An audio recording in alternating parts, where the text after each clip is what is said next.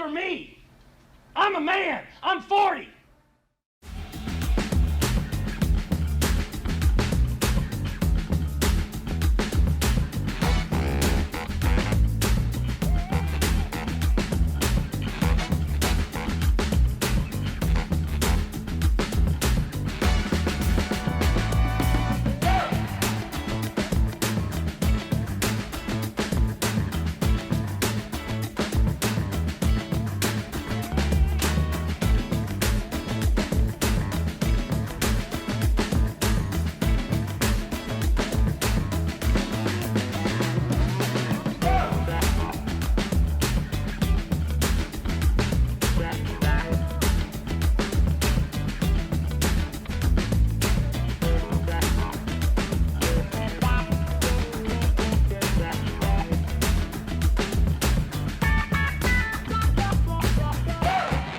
Hey, what's up, everybody? Welcome into a brand new episode of Moving the Goalposts. I'm here with Liam. Liam, how are you doing? I'm doing good. I did pretty well on the Super Bowl bet, so I'm feeling good. I did too, actually, which is something that I'm not used to saying coming on the show. Usually it's something more along the lines of, I wasn't so good. All right, so you can follow us the Empty the Bench. Well, first of all, I want to get into all the social media stuff. You could follow me on Twitter at Nick DiMart, Liam at Liam MTGP. You can follow the show on Instagram on Instagram, Twitter, Facebook, and TikTok at MTGPETB. And you can follow the Empty the Bench Network on all social media on Twitter, Facebook, Instagram, and TikTok at ETB Network. You can get this podcast wherever you get your podcasts on Spotify, Apple, wherever. And you can follow Empty the Bench podcast at etbpodcast.com. Okay. Make sure to like and subscribe and all that. And there's a new show that comes out every Friday at 8 o'clock. So I want to get into everything. Obviously, we have to talk a little bit about the Super Bowl, just a little bit. So I think that just an observation, which, do with that what you will. It's not a useful observation, but an observation nonetheless, that this game may have gone from like one of the worst Super Bowls we've ever seen to one of the best we've ever seen. It was like for 3 quarters, one of the worst we've ever seen. And then in the fourth quarter, it turned into like one of the best we've ever seen because it was largely not the best played game from either side for a pretty long time. I also think that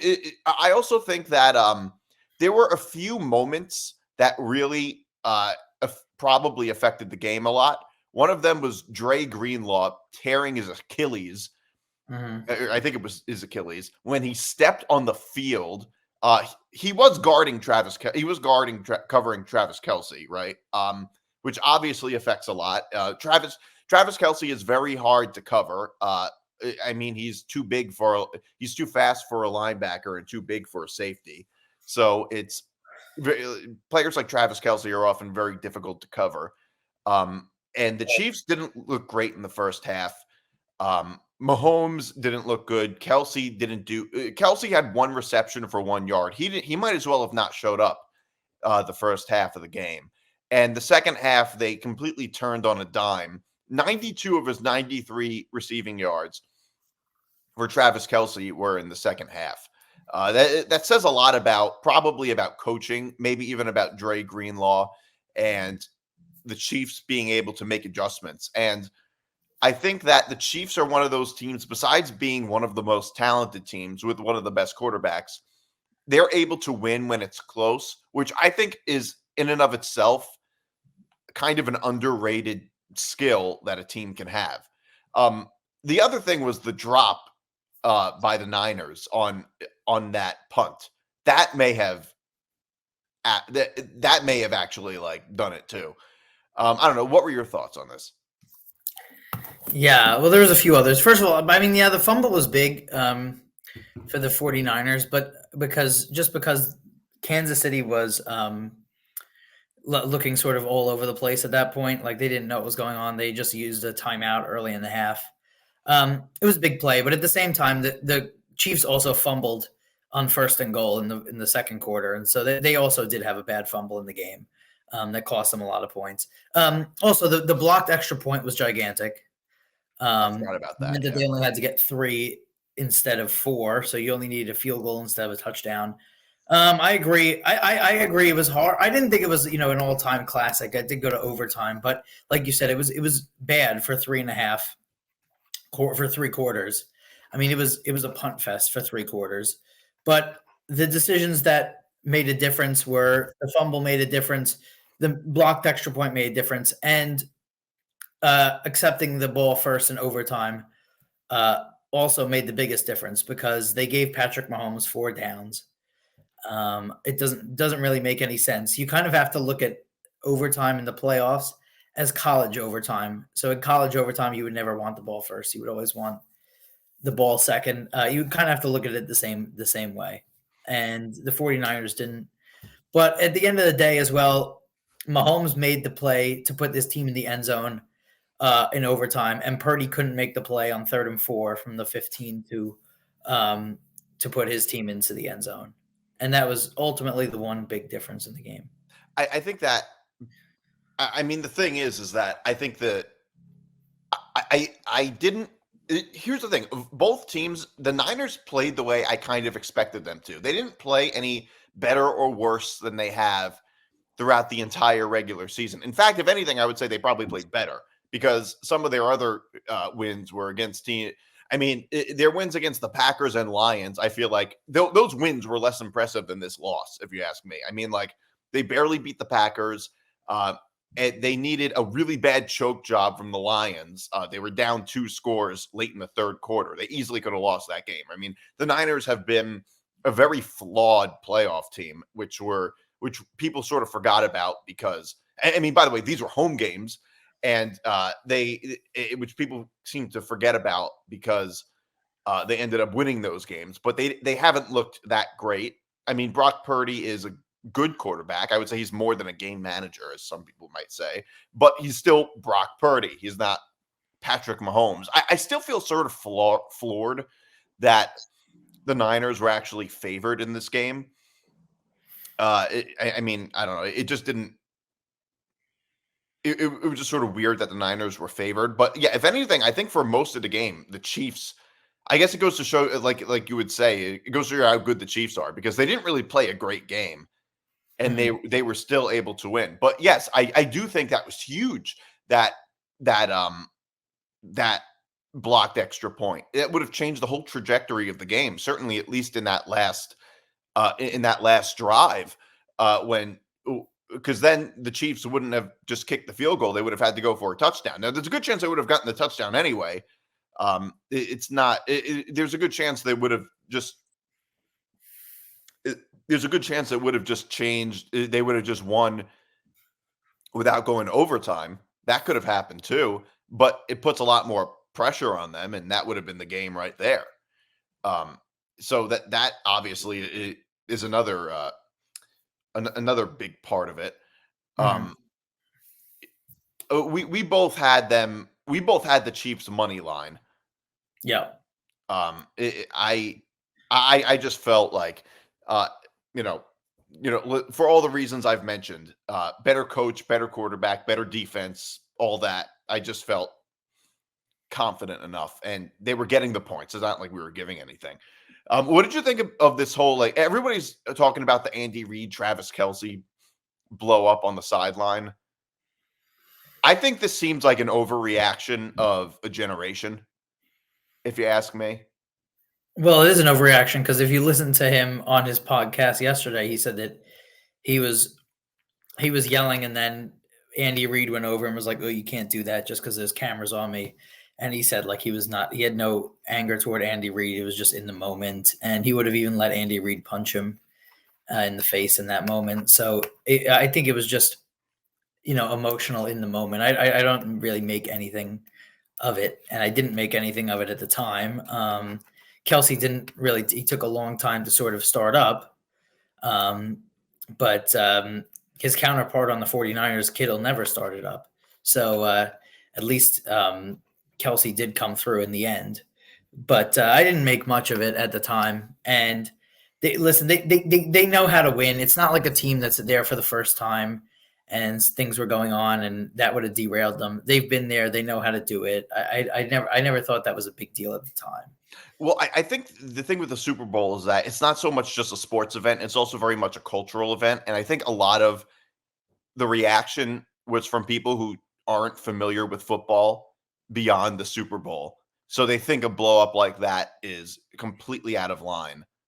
And I mean, I don't know. A much bigger deal than it really is. Yeah, I agree. I mean, Boomer Esiason and Phil Simms were also not like we're also on that same train against it during the halftime show. But yeah, I agree that it was made to be a bigger deal, mainly because it was the Super Bowl, because it was shown on TV. Like if it was during a regular season game, it probably wouldn't have been, you probably wouldn't have even known it happened. Probably, I mean, you wouldn't know it happened, but so yeah, I don't think that it was that much of a deal to make, especially considering they won the game. If they had lost the game, it would have been the top story on every sports channel. Yeah, it would have been one of the most talked about things. But winning cures all, so it wasn't that big deal. And it wasn't a big deal from the start. I think he was upset about that play or whatever. Yeah, which to be fair, I do kind of understand why. I agree. I understand why. Like, I don't know. I mean, one thing that this is doing, I mean, this just feels like a dynasty era for the Chiefs. Like, it almost feels like they do sort of feel like the Patriots dynasty with Bill Belichick and Tom Brady, except better. Like, they've already won 3 in 5 years. Yeah. Yeah. I mean, we have to see, because even though I'm not on I don't think that Brady is the greatest, and Mahomes is certainly much more talented. But Mahomes would still also have to double his total and then win 2 more past that to get to Brady, to get more than Brady. So I don't know. We'll see. I mean, remember, the thing about the Patriots, difference about the Patriots dynasty is, remember, it fell off for a little bit. It fell off for like 10 years. Right. And then they came back and did it again. Right. And so we'll see what happens past that, but they've done amazing. I mean, think about they lost their best player on offense and won back-to-back Super Bowls. Yeah. Having lost their best player on offense. Well, it just goes to show you the value of receivers, if anything. Yeah, but I mean, it's more helpful when you have Mahomes at quarterback. But right. Yeah, I agree. And also, let's flip. We talked about the Chiefs, so let's talk about the 49ers.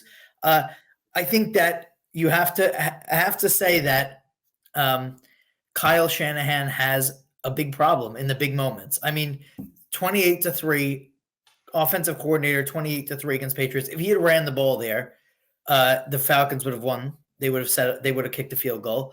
He had a 10-point lead with 6 minutes left in the Super Bowl against the Chiefs in 2020 as the head coach. 2 years later, he had a 10-point lead going into the fourth quarter against the Rams in the NFC Championship game.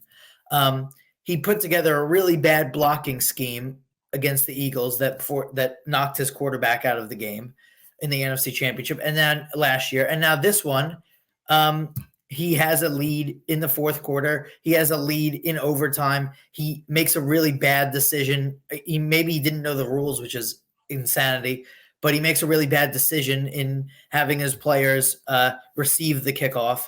You have to say that he is right now will go down, in my opinion. If you were to be on Twitter and describe it in NBA terms, in my opinion, you would have to put Kyle Shanahan in the Doc Rivers category, that he is just a choker. I don't know if I would put him in the Doc Rivers category as much. I guess in some ways he's like a Doc Rivers, except I think that Kyle Shanahan at least has run a lot of good offenses and has at least sort of proved himself in some way, whereas Doc Rivers, like, I don't know. I think that NBA coaches have a little bit less of an impact, especially now, compared to, say, football coaches. Like the thing is, Shanahan has made every quarterback in his system look at least kind of good. So I think that Shanahan is a little bit better than, say, a Doc Rivers. But I do understand. I don't entirely disagree. I don't entirely disagree that. No, but he made them look good, but it doesn't really matter because the only thing that matters is the postseason and the Super Bowl, right? That's all that matters. Well, yeah, but it does matter because, I mean, how many well, that context I still think is at least relevant. I mean, if Todd Bowles was the head coach of the 49ers, I don't think there's a good chance they don't even make the playoffs. So I think that there is some of I do think all that is relevant, and I do think it's better to make it to the playoffs and the Super Bowl and lose and from making bad decisions than it is to not make it at all. Also, yeah, I don't really disagree with you on that. Apparently, people were. Is it true that he didn't know the rules? Because I know some of the players didn't know the rules. I don't know if he didn't know the rules, but even if he didn't, it's either way. If he didn't know the rules, it's horrible they didn't know the rules. And if he didn't know the rules, then why did he get it kicked to him? But I mean, again, like the point is like he doesn't have it in those big moments. Yeah, but I mean, I don't disagree. So yeah, Kyle Shanahan said when you say big games, we had to win a bunch of big games to get to the Super Bowl. To say the Niners can't win a big game would be an extremely inaccurate statement. I think he's right. Well, it's not even that they can't win a big game. Just so forget about big game. It's big moments because he had put up 28 points against the Patriots in 3 quarters in the Super Bowl and then couldn't put up anything else. All he needed to put up was 3. Again, like he had a 10-point lead, so he coached the game well for 54 minutes of the Super Bowl in 2020, but it's a 60-minute game. Again, like it's the moments he had 45 good minutes of coaching against the Rams in the NFC Championship game, but it's a 60-minute game. So it's the big moments, those moments, right. And it's you don't. Some guys don't have the stomach for those big moments. Yeah, no, I don't disagree at all. And you know who does is Andy Reid. Andy Reid, you're saying he has the stomach for the big moments? Yeah. But the narrative on Andy Reid for 20 years was that he couldn't win the big game. I know. And I think that narrative has come. I believe me, I remember all of it, but the narrative has completely changed. And I think Andy Reid for a long time was a very underrated head coach. Now that he actually has a star quarterback and a lot of talent around him, he can actually win big games. But the thing with Andy Reid is that for years he was able to like bring teams to big games that otherwise had no business being there. Like which is also something that needs to be taken into account. I mean, it's easy to pray, like everybody praised Bill Belichick in that time. Like the thing is, for how many years would you have been looked at as crazy if you had said Andy Reid is a better head coach than Bill Belichick? Like that just seems so out there. Not too long, like less than a decade ago, and now it actually makes a certain amount of sense to say you would rather have Andy Reid as your head coach than Bill Belichick. Like that just goes to show you how narratives about players and coaches are often just so off. And the only reason we feel okay saying it is because he had Patrick Mahomes as his quarterback. Like, if not, which is why he was able to build a dynasty. Nobody can build the dynasty without star players. Like, you never really know how good a head coach is until he has the tools to actually win. Well, but also I think that the losses that he had in big games previously also helped him because you have to learn how to lose before you can start to win. So all those experiences help you, hopefully it'll help Shanahan. I mean, Shanahan's done a job. You have to think he started there 7 years ago. They've been to 5 NFC Championship games, 2 Super Bowls. So he's done obviously an outstanding job with the team, but when it gets down to those big moments, guys don't have it. I mean, you think about like if you want to make like comparisons to other sports, Paul George is one of those guys, right? Yeah. Aaron Judge is one of those guys who just they're really good and they get themselves to the moment, but then in the moment they can't they can't finish it off. James Harden's one of those guys. James Harden's one of those guys. So, yeah, I mean, the difference is that he's a head coach and not a player. Right, but yes, but like you said, coaching is almost as big as playing in the NFL. I mean, yeah, it's both. I mean, but you also have to consider the fact that like he's done it with Jimmy Garoppolo and Brock Purdy as his quarterbacks. Right, but like you said, like he made the quarterbacks better. That's what I'm saying. He's done it with quarterbacks that, like, if they were on most other teams, would likely not even be in the playoffs. So he created really good situations for quarterbacks that were maybe mediocre. I mean, yeah. I mean, but again, like, I just think that down to that moment, like, if you want to look at the opposite, like Tom Coughlin, I feel like would be the opposite. Tom Coughlin was not the greatest coach in the season, especially. But when the Giants got into big moments, they had to win 4 games to win the Super Bowl both times. He was a better coach than he was able to get the Giants through those moments and coach the team really well, where, you know, some guys don't get through those big moments. I mean, so I think a lot of it comes with experience. I mean, you notice all these coaches that are good in big moments, they're all old. Right. Like Andy Reid had been a coach for 20 years. Bill Belichick had been coaching for a long time before he got to the Patriot job. And Kyle Shanahan is younger. He's only been coaching for 7 years of being a head coach. And most coaches that are, in fairness, though, the sample size is a lot bigger than most coaches at this time of their coaching career. At this time of their head coaching career, most coaches have not been to 2 Super Bowls. Most coaches have not been to 5 NFC championship games. So he has a bigger sample size of going to the big game than most coaches at this point of their Well, my question to you is which coach would you rather have, the Tom Coughlin or the Kyle Shanahan? I would say probably the Kyle Shanahan, but it depends on who my quarterback is and the team I have around me. Probably because I'd rather win 2 Super Bowls and never make the playoffs than make it there every year and never make the playoffs in the other years than make it every year and never get that Super Bowl. I agree, but it depends on who your quarterback is and the team you have around you. Like okay, if I have a star quarterback or even somebody on Eli's level or something like that, I would rather have Coughlin. But if I have a young quarterback who is sort of a system player, and I don't know, and he's sort of, maybe a little bit above average or whatever, I'd rather have Shanahan. Right. Because but if you're talking about but anyone would take Coughlin if you're talking about one game. You have to win one game. Give me the coach for one game, right? Right. But you still have to win a whole bunch of games to get to that one game. Right. You don't just land on that game. Yeah, I don't know. It's sort of interesting, I guess. I mean, the Chiefs basically, they're dynasty level, and they're also starting to get, and with dynasty comes being hated, and they're starting to be hated a little bit. Like the Patriots were, although the Patriots were hated for reasons that made a lot more sense. The Patriots were hated because Bill Belichick is kind of a jerk and rubs people the wrong way. I don't think he's such a bad guy, but he's a football coach and I don't know. He's just a big football guy, and football is his life. You're also coming at it from the angle of a Jet fan, though, too. So right, but I'm just talking about it objectively. Like, I hate the Patriots because I'm a Jet fan mostly.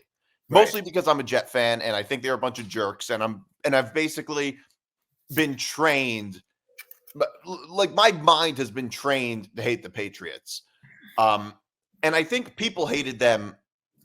Like every dynasty is hated. It's just a fact that every dynasty is hated in sports. The LeBron is often hated for, and by the way, dynasties are hated for reasons that, like, they win too much. It's like everybody wants to win. There's no such thing as winning too much. I mean, I feel like hating teams because they win too much is just sort of silly in a sense. But the Patriots, they've had a lot of scandals, at least. The Chiefs, it seems like they're starting to be hated largely because of Taylor Swift. Yeah. I think that's like another big part of it. Like we've seen like so many weird narratives about how the games are like. We saw a tweet from Will Compton that said the game is fixed. That was not a real one. First 3 quarters, were unwatchable almost. It was in the running for one of the worst Super Bowls we've ever seen for the first 3 quarters. So, yeah. Travis Kelce had 1 catch for 1 yard for 1 whole half. How can you, like, if it's fixed, they're doing a really bad job. So let's talk about her for 1 second. So this is from Front Office Sports that said women proved to be a dominant part of Super Bowl 58's record ratings, fueled heavily by the Taylor Swift effect. Females aged 18 to 24 were up 24% on their year-over-year statistics. Females aged 12 to 17 were up 11%. Overall female viewership was up 9%, and women comprised 47.5% of the game's total audience, which is the most ever. Well, what was it last year?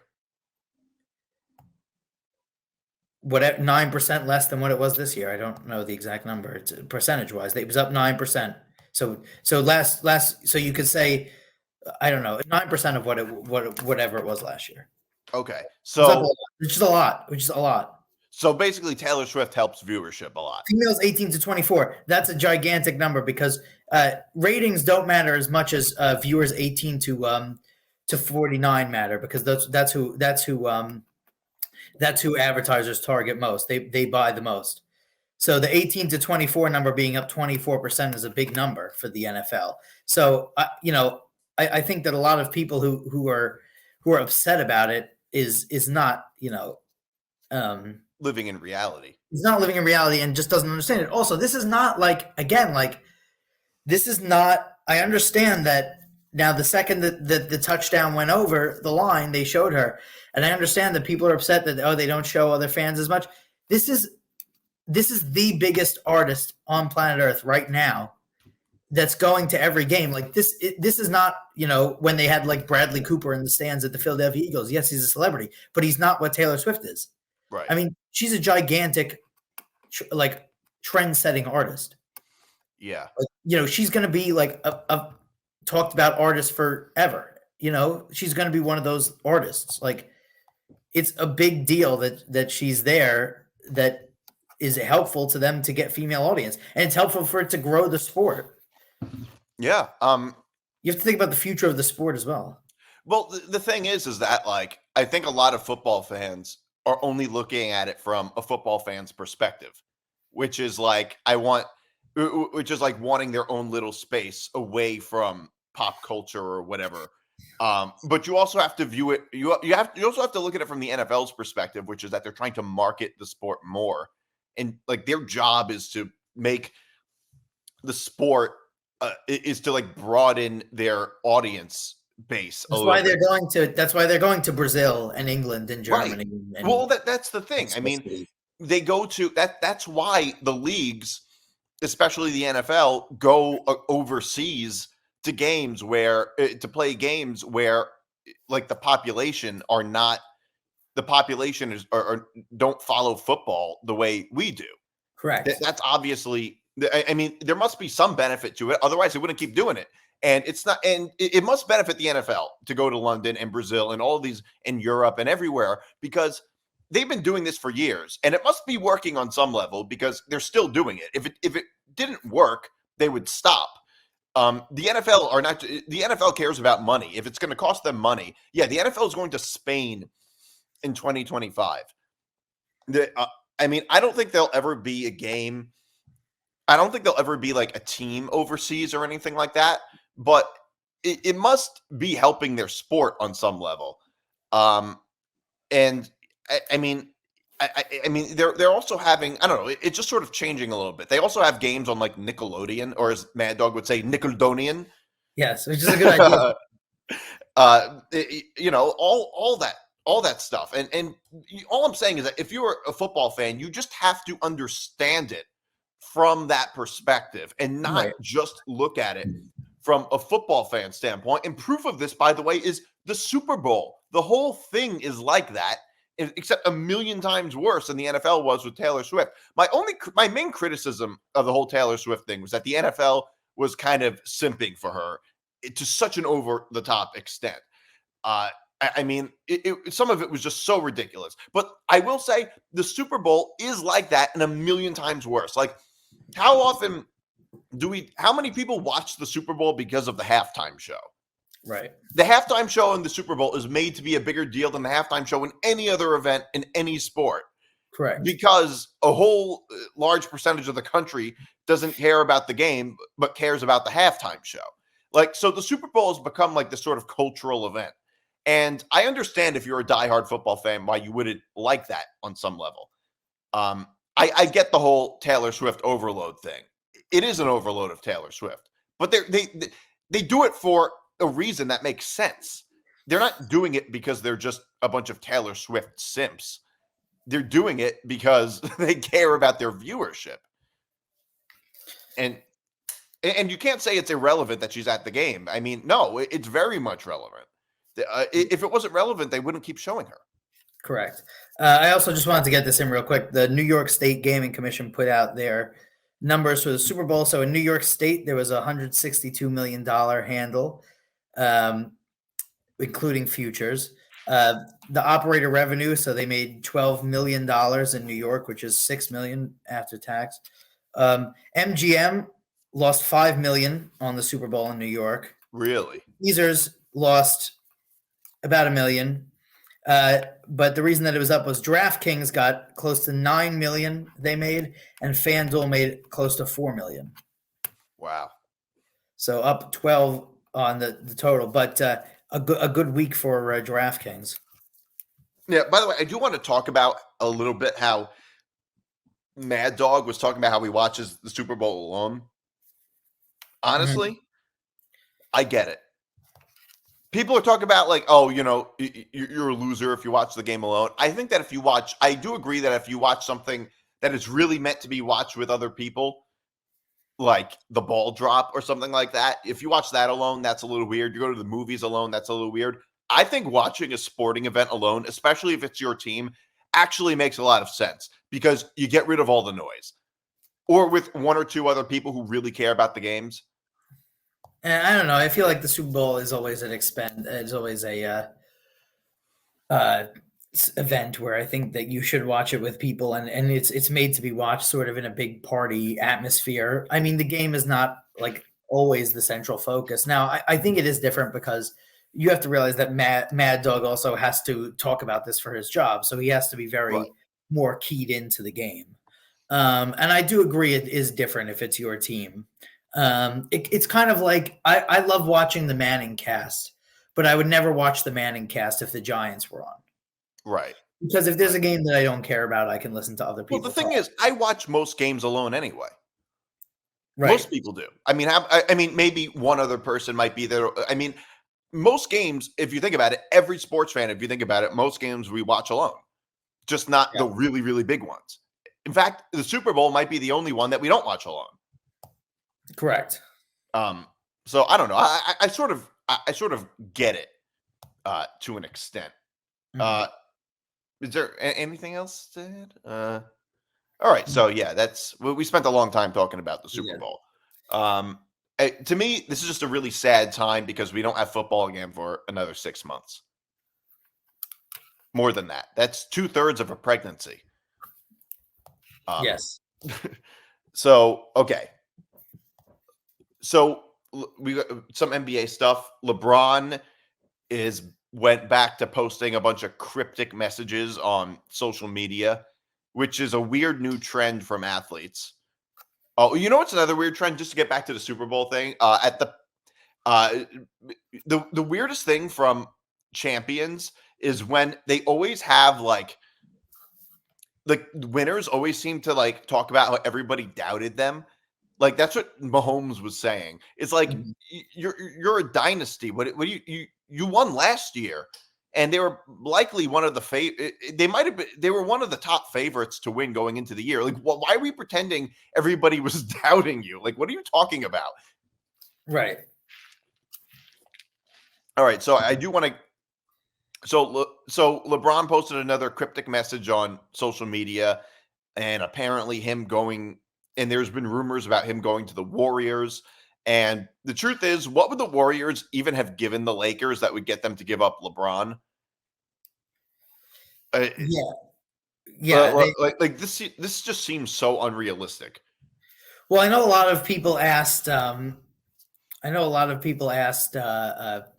Would was LeBron available? I know that the 76ers asked as well, and the Lakers responded saying, "Well, is Joel Embiid available?" So that was a quick conversation, but it seems like the most notable one was the Warriors. I mean, there's been a lot of talk recently about how Steph and LeBron have wanted to play together. And of course, that would mean LeBron going to the Warriors. But it looked like in the end that it really wasn't realistically going to happen. I mean, you have to think about LeBron right now is in the city that he wants to be in. His son plays right down the street. He has a house in LA, all that stuff. I don't think that he's too fond to leave. But this would have been an interesting trade, especially because the Warriors are and Lakers right now are set to play each other in the playing game. So both of them are in the bottom end of the play-in in the standings. The Warriors are not in a place where you think they would be buyers. But I could certainly maybe understand the Lakers if they're going to say, well, LeBron's out of contract next year, so we're going to get rid of him. I could understand that. But from the Warriors' perspective, I don't understand it much because the one Warriors issue is that, yes, they had a good dynasty run, and some of the pitfalls of having a dynasty, which didn't happen with the Patriots, but is that you want to reward, which is why the Patriots had two dynasties, you want to reward the players of the dynasty, so you give them contracts that you probably shouldn't, and the Warriors have gotten old and are falling off. So why then would you trade picks for LeBron? Because you would I know LeBron is the best person, is one of the best players in the NBA, but is he the best person to bring on? It would essentially be we have to win the title this year trade. Right. Well, because his contract is up next year. And because he's old. And because he's older, although I think team is old. He is old. He is old, although he's not playing like he's old. Right. But I'm saying, though, that's why it would have to be we win it this year. Right. I see what you're saying. No, you're right. To an extent, it doesn't make sense on both sides, but especially doesn't make sense on the Lakers side because I don't know what they would have given him other than Klay Thompson, maybe. And Klay Thompson is totally washed. He's declined a lot. Yeah, well, I mean, I don't know if he's washed up in that, or if it's just that he was just never the same player post that injury. Right. Either way, that did have a lot to do with it. But I mean, you have to think like the Warriors. I mean, like guys like Klay and Steph and stuff. I mean, they've earned like the year they're having because they've just been one of the best teams in the NBA for years and years. So they're still all-time great players, but when you reward, all-time great players with contracts, late in the contract, it's going to look worse, which is where we are now. Right. So I just didn't understand it. I mean, remember they fired their GM last year as well, the Warriors. And so I don't really understand this move just in terms of you're having a problem where you have, I know that the players are good. Like Steph is still good, but he's older. And so where you could have like all these guys that they've paid money to because they were part of the dynasty, but now they're getting older. Like I feel like you would be sort of in the same boat with LeBron. And especially the West is it's going to be so hard to get through no matter who gets there. It's going to be a total gauntlet. And if you have to, you're going to be in a worse position if you start in the play-in too, because you'll have to play a game or two extra, and then play one of the top teams. Yeah. All that is. Yeah, it's much harder. It's much harder in the West. But I don't know. I can see LeBron maybe going back to the East. Well, I think he's going to attempt to play with his son next year. Yeah, I think he's going to want to. And it's going to be a big deal. I mean, you have to think he'll probably be in that case, like he'll probably be overdrafted. I don't even think he would be drafted at all if he was not LeBron's son. In fact, he wouldn't be drafted at all if he was not LeBron's son. But they are in a position where, are they going to draft LeBron's son or are they going to let him go? And then if they let him go, you would think that LeBron's son would be drafted higher up, right? So it would probably mean that he would go to a contender in the end. Right. Because he'll probably be taken later in the draft. Right. He's not like a number one pick or anything like that. Yeah. So all that is sort of interesting. It's kind of weird that it's just weird that these two, that the Lakers and Warriors are at best seem to be play-in teams this year. Sort of a peculiar year. Okay, so I want to get into the Waste Management Open a little bit. Sounds like a tournament organized by the Mafia. So basically, the Waste Management Tournament is a tournament which is golf, but all the rules are unlike golf. So you can yell at players and act crazy and stuff like that. So we do have a video of it. We have the video of the Waste Management Open. All right, we got it right here. So we had to turn the sound off.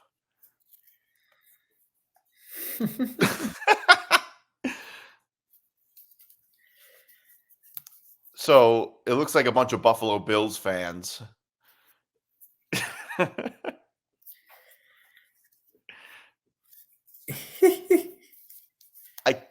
Nice butt crack. Yeah, so it is a some more. Yeah, so it is a chaotic event like this every year. There we go. Stone Cold Steve Austin, the Coors Lights. It is an event like this every year. This is great. It's an event like this every year. I've been to it twice. It's not it's like that every year. It's known like around the area, like, you know, an event where everybody goes to get drunk. By the area, you mean Arizona? In Phoenix, yeah. Right. And like, you know, everyone will talk, you know, everyone's going. Like if you went to Arizona State, everyone you knew went to one of the days. It's a 4-day event, always the week of the Super Bowl. And so, yeah, it mixes in some elements. There's the 16th hole where you're encouraged to make noise, which is the opposite in golf, because professional athletes can't hear noise, apparently, much like in tennis. And they are very encouraged to do other stuff. Like John Rahm wore his Pat Tillman jersey on the 16th hole one year. Things like that. It's very drinking centric, and everybody gets really drunk. What happened in this case was there was a lot of people getting drunk, but also the people that were checking tickets were not doing a very good job. And they said they had 500,000 people on the course on Saturday. So to get to the 16th hole, even, you have to line up at like 3:00 in the morning, and they open the doors at like 5 a.m. and then everybody runs in. So 500,000 people at that time, yeah, because they. How many people do they sell tickets to? I would say 100,000 for a day, probably. So that's like 5 times. Yeah, but nobody was checking tickets. So it sounds like the workers were also partying too much. Yeah, well, or they just weren't caring. I mean, it's insane, but it is like one of the biggest events. I remember not to give away when we're filming, but Caitlin Clark just broke the scoring record for the women's basketball. Not to be like outdone with what's happened, but there was one year where there were kids that I knew at ASU. They were under 21, and they'd gone on this party bus to get there. And I guess they had like fake IDs or something. And I don't know how they found out, but when the party bus landed at Waste Management Open, the doors opened, and there were all these cops on bikes just there and arrested them. Really? Yeah. That's well, you would think that the security would be a little bit like, the thing is that like, I think this almost seems a little bit like a golf problem uniquely, because they don't normally do that. And they were giving away the drinks really cheap, right? Some drinks are you can get like packages, like a lot of people get like open bar packages. If you were just to buy But the you drink, must pay a lot of money for an open bar package. yeah, I don't know what they were back in the day, but back in the day they were less. I don't know what they are now. I went in like 2017, 2018, but they're like the prices would be standard, but then also like you have to remember like the people are getting so drunk beforehand as well. So then Right. when you get drunk, like if you get drunk, like the price doesn't really matter to you as much in the time. Well, Like first so of you're all, just if you right, no, that's absolutely true. Uh, no, that's definitely true because you're drunk, nothing matters to you in that moment. I mean, I think that if you have an open bar package, if you have a ticket which probably costs a lot of money, I assume, even here, I think it would be crazy if you drank beforehand because right. that's just wasting money. Yeah, I agree with that, but I would also be upset. Like, I don't know how pissed off I would be if I went to the event, not even if I had the open bar package, but if you went to the Waste Management Open, which is, everybody that goes there goes to drink. Nobody, it's like, it's nicknamed the Wasted Management Open at ASU. Like, nobody is there to watch golf at all. Right. If you're, it might, maybe more now when I went, like, you couldn't gamble on it. So maybe like more people are gambling on it now, but either way, if you went to the event, which is known to be like a drink event, and they shut down alcohol, I'd be so pissed off. Right, right. But also you'd think they would have better security. Like you would think that unlike most golf events, there would be really tight security. Like you can't get on like the thing is people are drunk at like all at sport at football, basketball, and baseball games all the time. And Right. these types of things don't happen.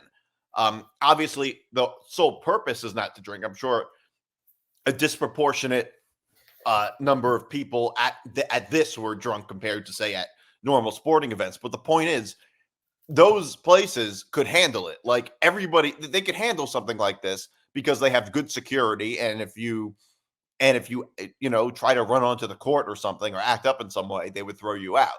Just like in Right. okay. Actually, a better example would be concerts. A better example would be concerts because at concerts, people are probably uh just as drunk as they are at the Waste Management Open. Mhm. Like I'm sure almost everybody at concerts is inebriated in some way, just like at the Waste Management Open. And this is not a problem at concerts because if you because if you do stupid shit like this at concerts, security will throw you out. So Right. obviously they were trying to give away drink. Obviously they're not managed very well. They're more like the waste mismanagement. Well, but it's also different because, like, at an event, normally you have a seat and stuff like this, where at a golf course, you can just walk around. Well, the Like, same you thing can is true of walk anywhere you concerts. want. Not in the You same can way. have general admission at a concert. And it's a lot bigger of an area as well. But yeah, It's a bigger area, but the point is that they know what they're doing, and you can't like you can't like rush the stage without being kicked out. right. This would never happen in a concert type of atmosphere because they know what they're doing. I mean, it seems like from what I'm seeing that you could just as easily run onto the course at the Waste Management Open as say the US Open or the British Open. Well, yeah, you can run onto you can go on if you're the only time that you can't be on the course at a golf event is if someone is on the hole. But then once the hole goes, they take the ropes away and anyone can walk around on Right. around the course. So yeah, this is the first time they've ever shut it down though, because it does always pretty much get like that. They always have a lot of people. I remember one year we went, there was a 2-hour line for Uber. So it does always get like that, but this is different, and I hope that they're not going to use this to change things about it, even though it does seem like they are. Well, if anything, I think whoever was managing it some people need to be fired for this. I don't necessarily think it'll lead to well, isn't that the whole point of the Waste Management Open to like, they give away like free drinks and all that, and you can yell at players and act like an idiot. Right, it's supposed to be like the golf's biggest party, yeah. Right. So I don't know if it's going to necessarily lead to them not allowing anything like that. Like you said, if you were saying that like they weren't even checking the tickets. I mean, maybe if they checked the tickets and made sure that people without tickets weren't getting let in, this doesn't happen. I mean, the biggest problem with the events like this as well is that every single person is a temporary worker.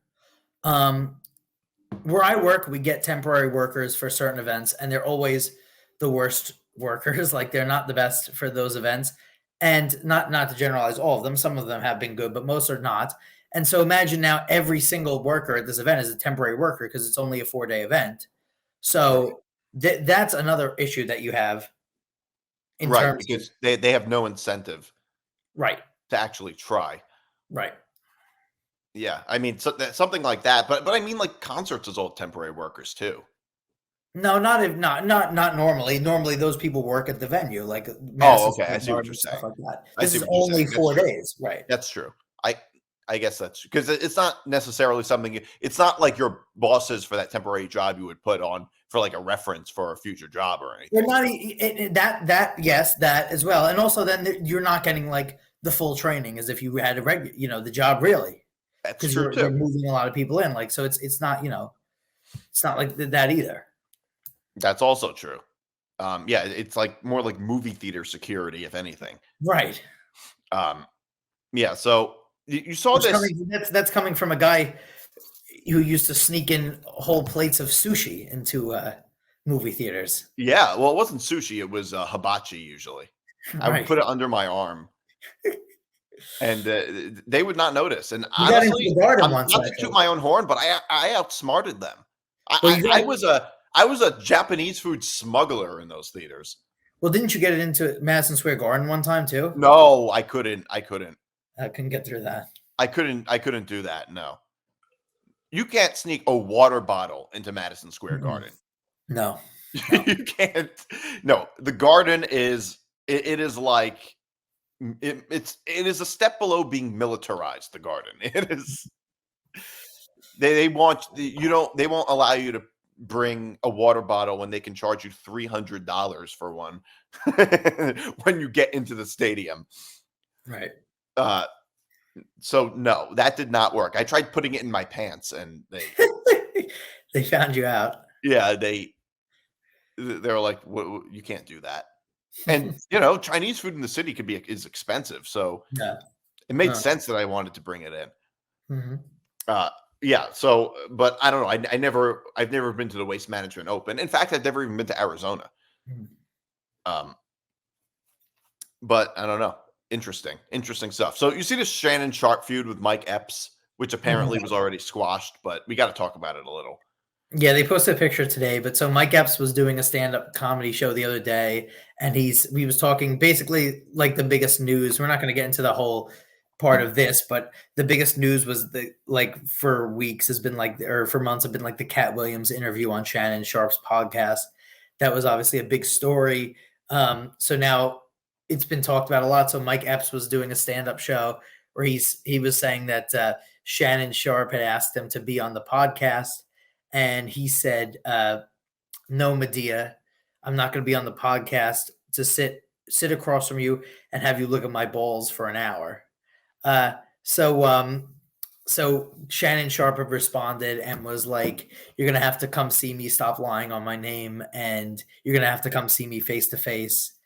And so it was turning into a big feud. And then it looked like they had met up today in Indianapolis because they're both doing the Celebrity All-Star game.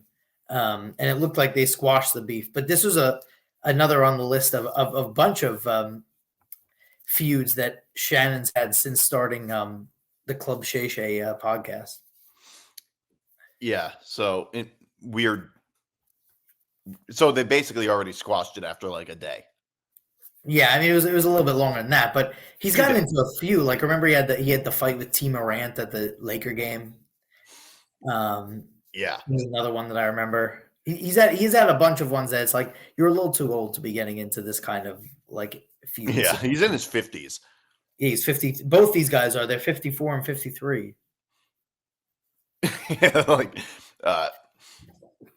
Yeah, you'd think. Wow, Mike Epps is that old? Yeah. Wow, interesting. Yeah, so another weird story in sports media. You see this Maple Leafs fight? I never thought we'd be talking about hockey on this podcast, especially right after the Super Bowl. So we have the video of that, right? All right, sound off. The game's over at that point. Essentially, yes. Well, you're But right, not over, Well, but so, almost yeah. over. So now they go into it, but the guy on the Maple Leafs, he is upset because of the slap shot on the empty net. So I guess I'm not into hockey that much, but I guess this was like an unwritten rule, kind of like the stupid stuff they do in baseball with unwritten rules where they throw at a guy. Yeah, like you can't bat flip. So I guess he's upset, but the reaction is over the top. To crush someone in the head while they're going across a glass like that is extremely dangerous and extremely stupid to do over something so silly. Now I guess that these two teams are rivals. They're both in the same province, I guess, but they're to react like that is like crazy, I think. Yeah, well, it goes to show you Draymond Green plays the wrong sport. Right. if he played hockey, he wouldn't have all these problems. I have the same opinion on it as I do with baseball, which is the stuff with baseball is so stupid, and it's one of the reasons why baseball is not as popular as it used to be. Like, just people are so serious about it. But here, like, same thing. Like, if you're a pitcher who doesn't like somebody celebrating a home run, like, don't give up the home run. Same thing. Like, if you don't like somebody celebrating winning, hitting a slap shot at the empty net, then score or don't give up the empty net goal. Like, what I would say to that is unwritten rules are unwritten for a reason, because these unwritten rules are often very stupid. I mean, this was not in any way rubbing it into his face or in any way malicious. It was just, it would be the equivalent of like getting mad at a player for doing a little bit of an over the top dunk. I mean, bat flipping is just like getting mad about bat flipping. It just seems so ridiculous. It's the same thing. I mean, isn't like the most iconic play in baseball in the last 30 years was a bat flip, right? So right. So that I always think that baseball just takes itself way too seriously, by the way, and that's why it's not that popular in the majority of America, just because of stupid stuff like that. But in this case, like, again, like, I just don't understand, like, why you're that upset. You maybe win the game then if you're going to be that upset over a little, like, slap shot. I didn't know that you couldn't slap shot. Are you supposed to, like, walk the puck in or something? I don't know really what you're supposed to do on an empty net. But this is just stupid. Like, I don't understand it at all. I didn't know that was even a thing. And I don't know why you're getting so, like, that much upset about it. Yeah. Yeah, it is a weird sort of thing. Yeah, hockey is a weird sport. It's weird that they allow fighting the way that they do. Also, I don't understand, like, yeah, the fighting, it's also crazy because then nobody fights in the playoffs. Like, they don't have fights in the playoffs. It's crazy. Yeah, they allow guys to take their bare gloves off and guys will hit you with a helmet on. Just, it's insanity. But it's also something that attracts a lot of people to hockey. But the thing I never understood, a lot of people aren't attracted to hockey, right? But it's not a popular sport comparatively speaking. Right. But the thing that I never understood in baseball is, like, they're annoyed at a guy. Like, you're annoyed at a guy for doing something. So what I'm going to do is let you get on base. Yeah, throwing at you, because getting hit by a pitch doesn't actually hurt a guy that much. Like, it hurts for a second, but then. I mean, these are 100-mile-an-hour fastballs. Some of them. Yeah, but they're also wearing a bunch of stuff around themselves. But still, I mean, if you were to get hit in the wrong place by a fastball, that could hurt a lot. Although it doesn't seem to hurt them that much. Yeah, I've just always found that so stupid. And I kind of like guys who like actually take it outside the box and celebrate. Like, I don't know. I don't really know baseball, but there are certain guys that do it. But yeah, this was just like, I felt like just overkill on the rules of hockey or whatever. Yeah. Well, the unwritten rules of hockey. And the Maple Leafs are and I think a lot of people have, because I think the Maple Leafs are kind of like the Dallas Cowboys of Canada. They're like one of the most, like, they're in that a lot of people hate them. Are they Canada's team? Yeah, pretty much. And they have a lot of things, and I think they haven't won in like 50 years or something. So I think there's a lot of people that hate the Maple Leafs. Yeah. So it got accentuated because of that. Yeah. Weird stuff. So I want to talk a little bit about Dana White walking off Howie Mandel's podcast. Now, if you don't know about this, it sounds like they were fighting, and then Dana White said, "That's it, I've had enough." No. But that's not what happened. It was an introduction, and Howie Mandel introduced him very nicely and generously, talking about all his credentials and all that stuff. And then Dana White said, "Thank you for having me on, blah, blah, blah. And I'm sick of doing podcasts, all these podcasts," and then gets up and walks out. Now, you were saying that you think it's fake. Yes. I think there's a good chance that you're right. If this is as in Howie Mandel was in on it and knew that was going to happen, in which case I don't have a problem with it. Although I do think it looked like it was real. It looked like that Howie Mandel was not in on it based on his reaction. Although I don't know that for a fact. Although Dana White just doing this sounds like something he would do and would actually be kind of a smart move. I think that if it's real, he's a total asshole for that. Like, but also would it make sense? Why would you go through all the trouble and like travel to the studio, agree to do the interview just to walk off after 30 seconds? It makes no sense. Right, exactly. Like this is like exactly like why would you like that's the moment you decide like you do all that stuff, travel to the studio, probably sit there for a few minutes while they prep you, get you ready, like makeup or whatever, and then put your headphones on. Then he does the ad read and then he starts it. And that's the moment like you realize, like, I feel like you could have stopped a bunch of times. That's why it looks like a stop. Now his like Howie Mandel's reaction was like made it look real, but also like it's a guy who's been in show business for, 100 years. So I wouldn't be surprised if he could make something look real like that. But this is like, yeah, this is odd. I mean, I don't know. Dana White, I mean, it seems like he's kind of an asshole, but I think that this didn't mean like, to me, this just doesn't make a lot of sense. Yeah, I haven't seen And any. do you think it would like? Do you think that like because they're not live streaming, so like do you think that if it was real, the podcast would actually air it? Like that also, I don't think would have happened. I think they would actually. I think maybe they would, because it would go viral and it wouldn't really hurt the podcast in any way to just release it. I mean, that's what you got. But That's why I think it's fake though, because it would go viral. Right, that's why it could be fake just as easily. You're right. It would be weird. I mean, like I said, if it's fake, that makes the most sense. It makes a lot less sense if it weren't fake. Also, even if it weren't fake, I mean, Dana White, it's like, first of all, you can turn down a podcast appearance or say, I can't do it that day. I mean, it's not, nobody's forcing you to do it.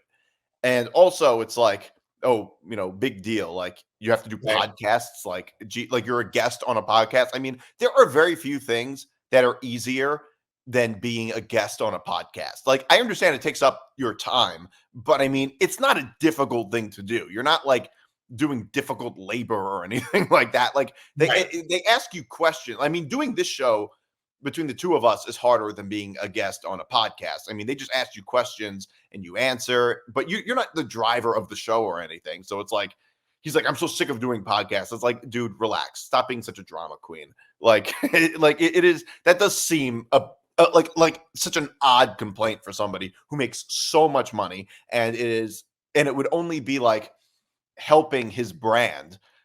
So obviously it would just be so ridiculous if that was what he actually did. And it would be inconsiderate to everybody there. Not just Howie Mandel, but like the whole team that shows up. I mean, there's a whole behind the scenes team that is there. Right. And it would be insanely inconsiderate of him to just go all the way there and just after 30 seconds walk off if that were real. That's why I kind of think it's fake, because this being fake sounds like something he would do. Yeah, he's a master at marketing and things like, and going viral and things like that. So it would make the most sense if you were to tell me it's real. Although we haven't heard from anybody claiming, like we haven't heard from anybody saying it's real or fake or whatever. Yeah, we haven't heard that, but I just like you said, like the team that was behind him too. Like to me, it just seems fake. And I don't know. I don't really believe it right now. And if it gets proven that it's real, then I'll eat humble pie. But it just doesn't make sense how it's real. And also, this is like what he does. Like, now I understand like he does a lot of podcasts, but that's like what he does, in order to promote the stuff that he's making money. Like, so also like it wouldn't behoove him to do the podcast. Like, it's not like he's doing the podcast for a reason. He's doing ESPN interviews for a reason. Right. And just like now, it is possible that this whole thing was planned and Dana White knew he was going to do that and Howie Mandel didn't know. Right. That's also possible. Yeah. Which also would be a total asshole move. Like, the least you could do, like, if you're going to do that, the least you could do is just tell Howie Mandel, I'm going to stage this walkout. I mean, yeah, unless you did want that genuine reaction. Right. But the point is, though, is that, like, if you're doing this whole stunt, like, how inconsiderate is that of other people? Yeah. No, I agree. It seems like a total asshole. I'm not saying that wouldn't happen, but I mean, like, it just seems like an asshole. Right. If that's true, if that's what happened. Right. Unless then, all of Mandel's people were into it, and then maybe they did the real interview, and it's like, well, in 2 weeks we'll release the real interview, or right, something like that. That also could have happened. Like, I don't think I wouldn't have an issue with that, but him going, but like I said before, part of the reason I feel like it's fake is because it just doesn't make any sense that he would feel that way about doing podcasts when that's how he promotes himself and the UFC and everything.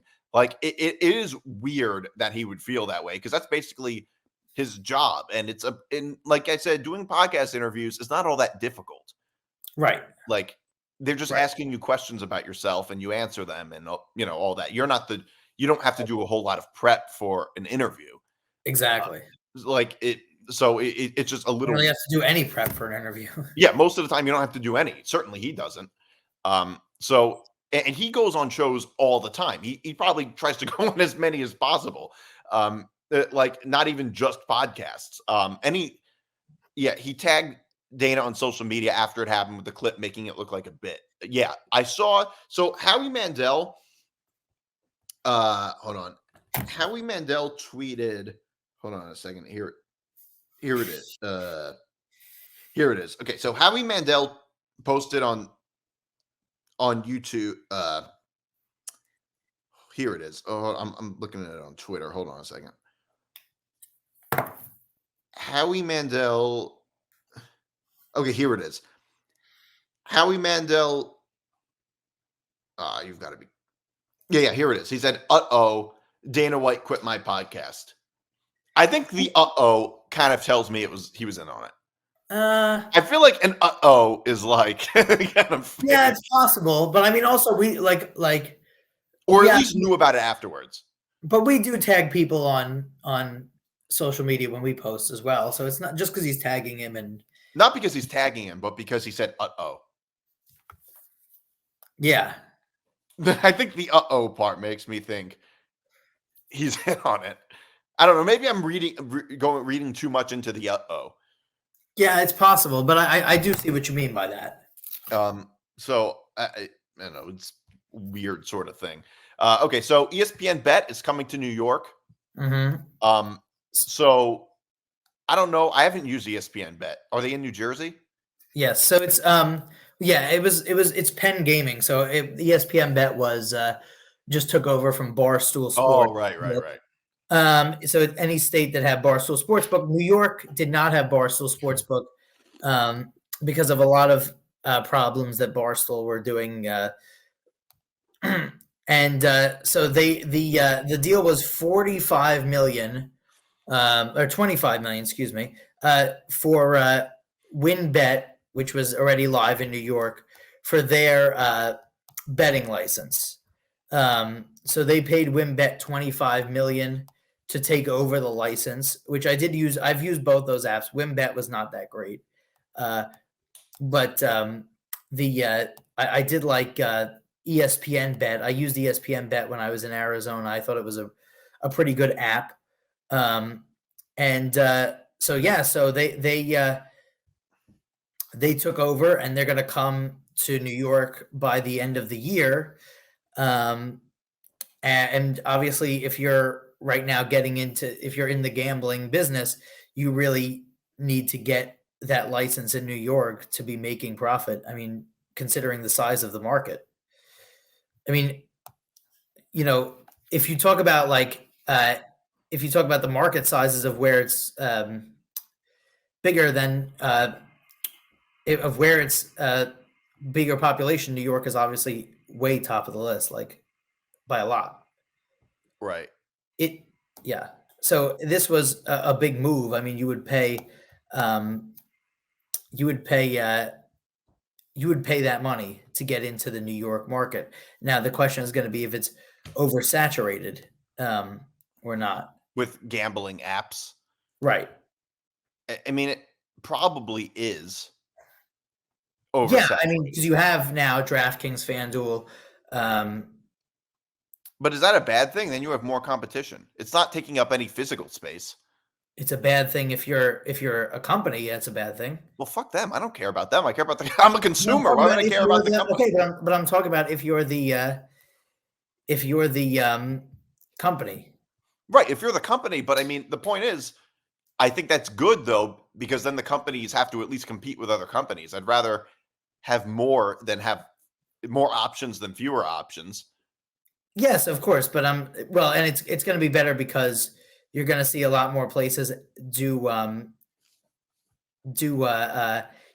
deals and deals like boosts and things like that. So you're going to see that as well, but that is something that you have to look out for if you're bringing in a new app. Right, right. Is the oversaturation of the market. Now, I wanted to also add this, that since the ruling that allowed sports gambling in America, the top 10 states that have gambled since then is New Jersey, New York, Nevada, Illinois, Pennsylvania, Colorado, Indiana, Virginia, Michigan, Arizona. But notably, New Jersey has 45 billion, New York has 37.8 billion, Nevada had 37.7 billion. The reason that's notable is that it only took New York 25 months of mobile sports betting to overtake Nevada, which had started mobile sports betting in 2018. Well, because New York has more people. Right, but that's what I'm saying. So the amount that's being bet is why you need to get into the market. Right, exactly. You're going to overtake New Jersey soon, and New Jersey had been open for 6 years, and also a lot of New Jersey's original betting handle is from people from New York who went to New Jersey when it wasn't legal in New York. If you lived on the border, right. But so this is a big move for Penn, and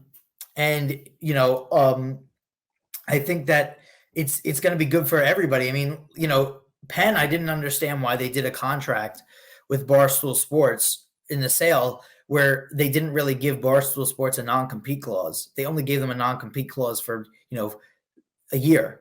And now Barstool Sports is already signed with a competitor. You'd think they would. You would think that they would. So that was something I thought was interesting. Also, did you see the thing that happened in Florida with these 3 betting apps? So what exactly Florida is like banning these 3 betting apps, right? Yeah, they're giving them 30 days to basically get out of Florida. What is their rationale? Well, I don't know exactly what the rationale is, but betting is only legal in retail. Only boutique betting is allowed, which means that you can only go to a retail casino. The biggest and mainly the only really one I know of in Florida is the Hard Rock Guitar Hotel in Hollywood, Florida.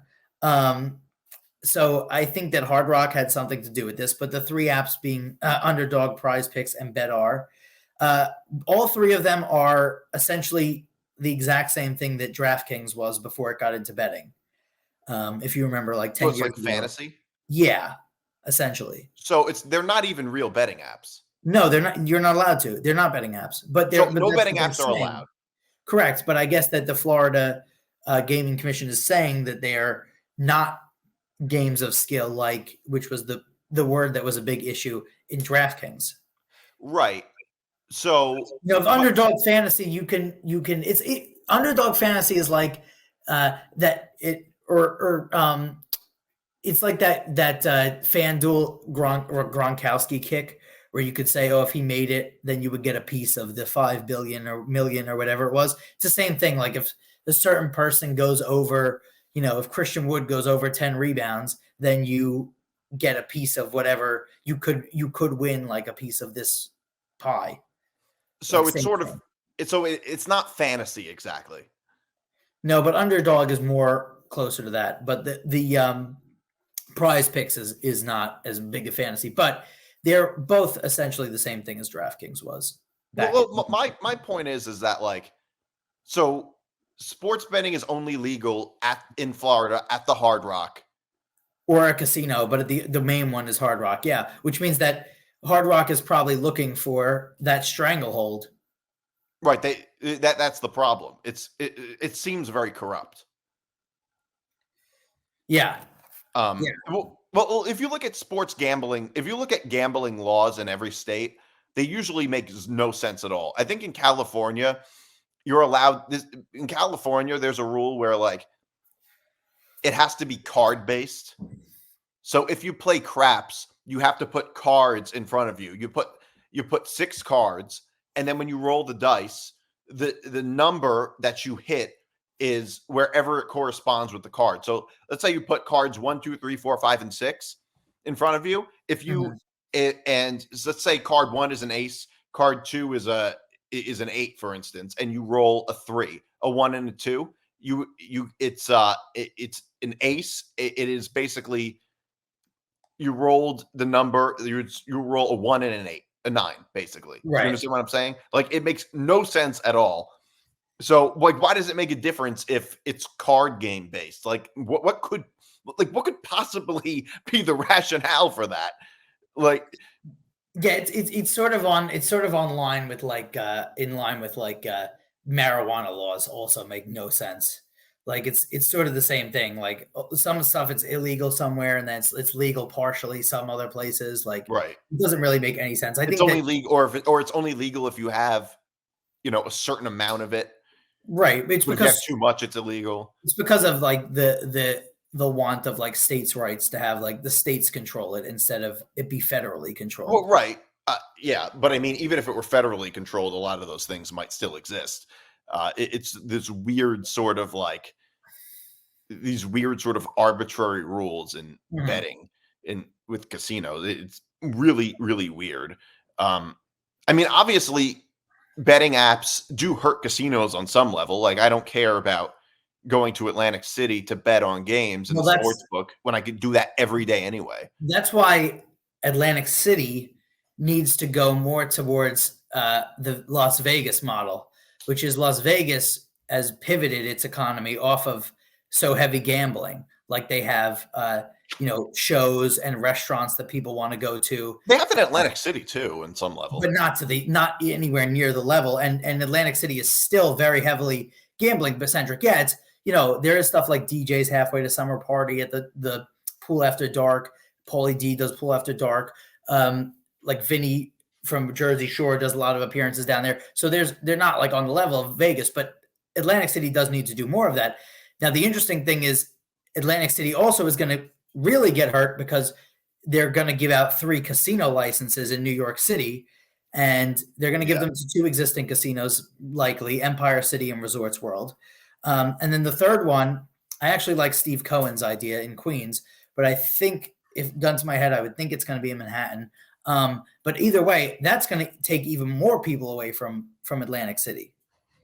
So Atlantic City is in a position where they, I think, need to sort of figure out more how to change, diversify their economy. And the other problem with Atlantic City is that it has a nice boardwalk and it has some nice hotels, but there's a lot of old and rundown hotels. And then also it's not the greatest. You don't really want to walk too far away from the hotels. It's not the greatest. It's a pretty dangerous. It's a pretty bad city. Right. So Atlantic City is going to have a lot of issues, not just with the mobile apps. It's also, by the way, not just that, it's in the middle of nowhere. Right. And now Atlantic City does have an advantage of that you have two of the top 4 or two of the top 5 biggest cities in America uh, neighboring it, and certainly two of the biggest metro areas. But like you said, it's far out there. It's not. It doesn't have like the walkability of Las Vegas. You have to get into your car to go to other hotels and casinos. Well, If the they're on places on the boardwalk you can walk to. Yeah, if they're on the boardwalk. But you can't go from Borgata to Ocean. You can't walk there. No, but or Borgata or Golden Nugget or whatever. But yeah, Atlantic City, I think, is going to be Atlantic City. Now, I will say, has been having an economic boom in the last 10 years. It looked like it was really going to go downhill in about 2012, and since then, it's went up. But I just think that they're going to have a lot of. They're going to have to do a lot more to push it away to where, like Vegas, you never used to bring family and stuff. A family. Now people bring families to Vegas. Atlantic City is going to have to do a little bit more of that because, like you said, back in the day, you could only bet stuff in Atlantic City. Now you could in New Jersey. You can't do it in New York yet, but in New Jersey, it's not even just sports. You could play blackjack on your phone. You could play whatever you want on your phone. It's not, in New York, there's kind of limited to the sports betting, but so you don't even have to go there to play the table games. Yeah. Well, I think that the nightlife in Atlantic City could be better. I mean, really late at night, it's like there's not much to do there other than gamble. That's the only thing there is to do there. Vegas, from my recollection, had much better nightlife than Atlantic City does. Yeah, of course. And so, but I think that you're going to see, I mean, the amount that New York is making off of gambling is heavy. Yeah. So they're going to want to encourage these big companies to go in on it, and I think the winner is going to be whoever gets the big casino license, because then they're going to be able to set up their sports book. Right. So it's going to be interesting to see what happens. Yeah, I mean, Ocean has a nice sports book. The problem is, it's so those chairs are so comfortable. I was falling asleep. Yeah, and you were accosted by security for falling asleep. It was just like, well, if you don't want me to fall asleep, don't make the chair so comfortable. All right, so all right, that's it for today. Thanks for tuning in, everybody. We'll be back next week. This is Moving the Goalposts.